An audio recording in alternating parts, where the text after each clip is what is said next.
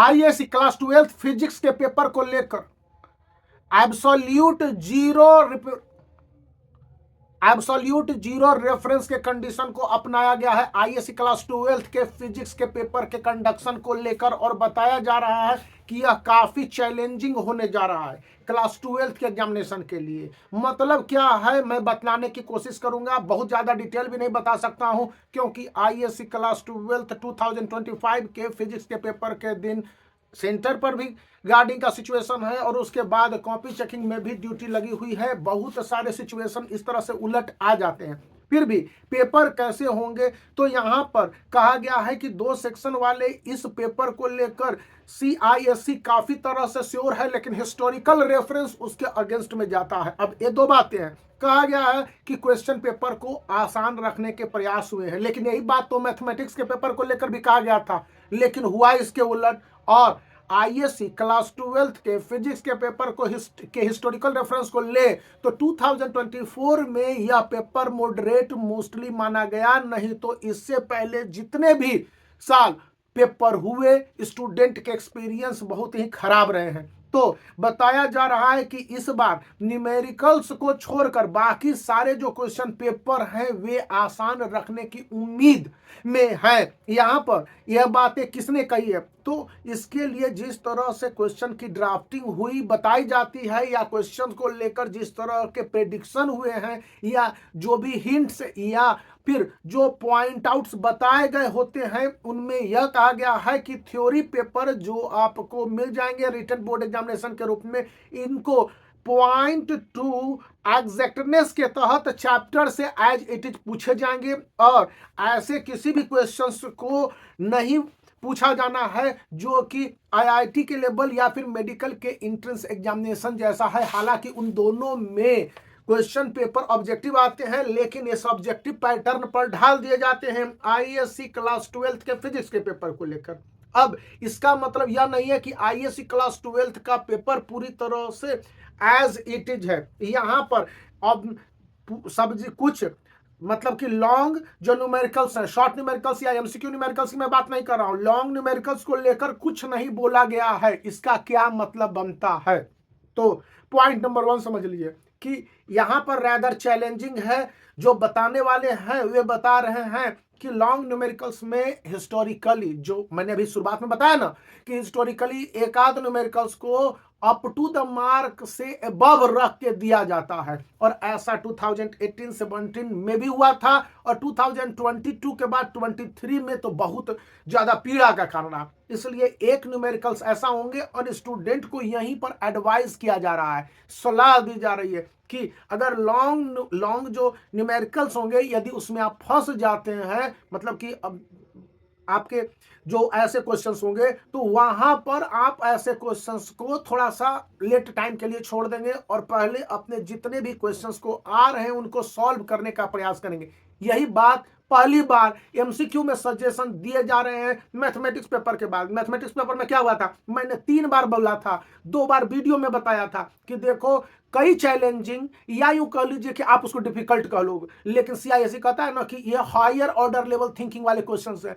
इनको अरेंज किया जाएगा स्ट्रेटेजिकली ताकि स्टूडेंट उसमें फंसे। और मैथमेटिक्स हो या फिजिक्स के पढ़ने वाले स्टूडेंट, जनरली 2 तरह के स्टूडेंट होते हैं। एक स्टूडेंट जो कि जनरली पढ़ते हैं, उनका उस ज्यादा चैलेंजिंग वाला नहीं होता, तो वो तो गो थ्रू करेंगे, बना तो बना, नहीं बना तो गलत बना के निकल गए। लेकिन कुछ स्टूडेंट जो आईआईटी लेवल की तैयारी करते हैं या आईआईटी की तैयारी करते ही हैं और मेडिकल की तैयारी करते हैं, वो क्या करेंगे कि उसको अपनी प्रतिष्ठा का सवाल मान लेंगे और बनाने में फंस जाएंगे, टाइम जाएगा कंज्यूम हो। यहाँ पर लिमिटेड टाइम है और टाइम कम मिलेगा, फिर नेक्स्ट क्वेश्चन पर आप फोकस नहीं कर पाएंगे।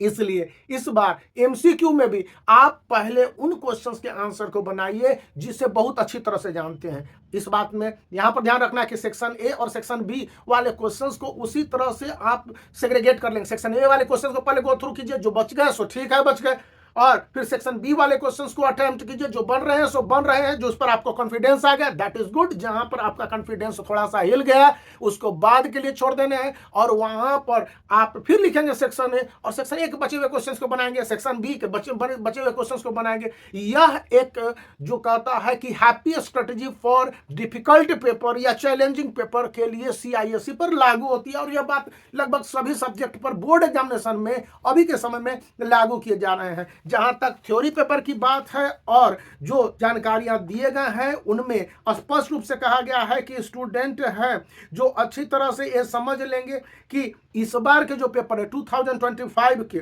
उनमें कुछ बदलाव किए गए, कुछ नए चेंजेज हैं। और इससे पहले आप एमसीक्यू में देख लेंगे कि क्लास 10th की तुलना में क्लास 12th के जो एमसीक्यू होते हैं वो ज़्यादा डिफिकल्ट होते हैं, इसलिए पीवाईक्यूज इंपॉर्टेंट होते हैं, और वो पीवाईक्यूज के लिए स्टूडेंट को अच्छी तरह से ध्यान देने की जरूरत है, क्योंकि 2017, 18, 19 को बहुत अच्छी तरह से गो थ्रू कर लीजिए। सिलेबस में बहुत बड़ा बदलाव नहीं आया है। फिर इधर 22 और 23 के पेपर को जब आप बना ले रहे हैं तो समझ में आने वाली बात है कि क्या करेंगे और क्या छोड़ देंगे। यहाँ पर 2 पॉइंट और आया है जिसको कि कहा गया है कि मॉडर्न फिजिक्स से क्वेश्चंस रहने की तुलना में करंट और इलेक्ट्रिसिटी और मैग्नेटिक इफेक्ट से एमसीक्यूज को डालने के पॉसिबिलिटीज को बढ़ा दिए गए हैं। अब आपके पास समय बच जाते हैं तो 2020 के पीवाईक्यूज को भी बना लीजिएगा। मैंने आपको बातों ही बातों में जो बातें बतानी थी सो बता दिया, क्योंकि ये जो कंडीशंस बन के आ रहे हैं और उसमें कहा जा रहा है कि ये क्वेश्चंस काफ़ी हद तक एक रहेंगे कंडीशन पर आधारित। 1 मिनट, जो एक और मैटर था हमको मिला था थ्योरी पेपर 2024-25 के लिए, और उसमें कहा गया है कि स्टूडेंट जब फिजिक्स के पेपर को सॉल्व कर रहे होंगे तो वो ध्यान रखेंगे कि उनका पूरी तरह से फोकस होगा अपने कंसेप्चुअल चैप्टर पर। अभी के समय में जो जान रहे हैं उसी को रिवाइज कीजिए, कुछ नया करने की जरूरत नहीं है। यहाँ पर न्यूमेरिकल्स को 3 कैटेगरी में बांटा गया है आईएससी क्लास 12 के फिजिक्स के पेपर को लेकर। Numerical 1, numerical 2, numerical 3। Numerical 3 high scoring होंगे, तो लॉन्गर टाइप आंसर्स में जो न्यूमेरिकल्स दिए जाएंगे उनमें चैलेंजिंग की संभावना रहेगी, और फिर एमसीक्यूज में 1 से 2 क्वेश्चंस ऐसे दिए जाएंगे जो बातें कही गई मैंने आपके साथ शेयर किया। मैं इस विषय का एक्सपर्ट नहीं हूं, लेकिन वहां पर बताया गया है very short answer type question and short answer type questions, वो आपके लिए कोई डिफिकल्टी वाले बात नहीं रहेंगे। लेकिन यहां पर करंट एंड इलेक्ट्रिसिटी में लॉन्ग आंसर टाइप क्वेश्चंस को दे दिए जाने की उम्मीद ज्यादा है, जहां पर कि 1 से 2 क्वेश्चंस थ्योरी पेपर भी आपको उलझाएंगे, यानी वर्ड को ट्विस्ट करके दिए रहेंगे। तो वहां पर सतर्क होने की जरूरत है। मुझे जितने बताने थे मैंने आपको बता दिया, क्योंकि इस समय आपके लिए काफी क्रूशियल टाइम है। तो इसको ध्यान में रखते हुए एक बार दोबारा आप वीडियो को सुन ले जो बताने थे, क्योंकि रेस्ट्रिक्शंस बहुत ज़्यादा है और लिमिटेशंस भी मेरे हैं। इस बीच में आपको कुछ कुछ गाइड हिंट दिया, तो वीडियो को लाइक कर सकते हैं, चैनल को शेयर कर सकते हैं, और सावधान रहिए तो सब्सक्राइब भी कीजिए।